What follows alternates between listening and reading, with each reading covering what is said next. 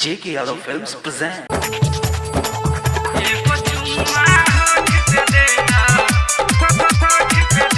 JK Yadav Films.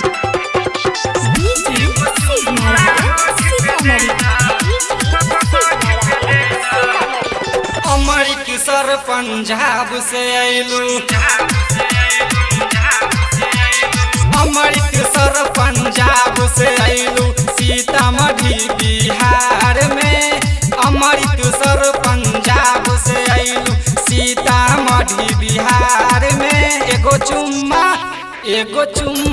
होठ पे दे द, एगो दे द गाल में। एगो चुम्मा होठ पे दे द, एगो दे द गाल में।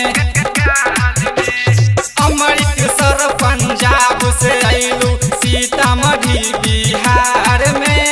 अमृतसर पंजाब से आइलू, सीतामढ़ी बिहार में। एगो चुम्मा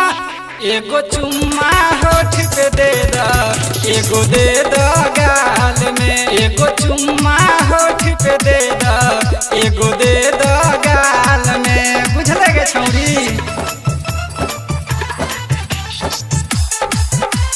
JK Yadav Films. Music director DJ Simran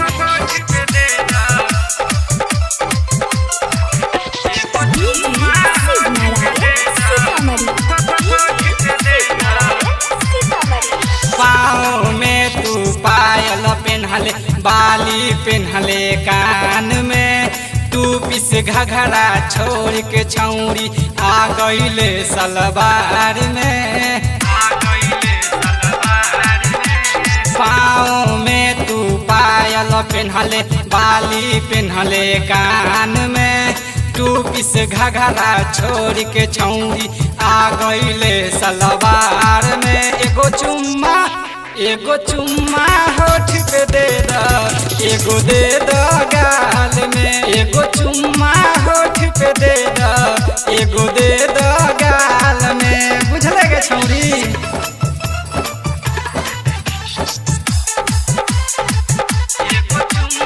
music director DJ Simran JK Yadav Films.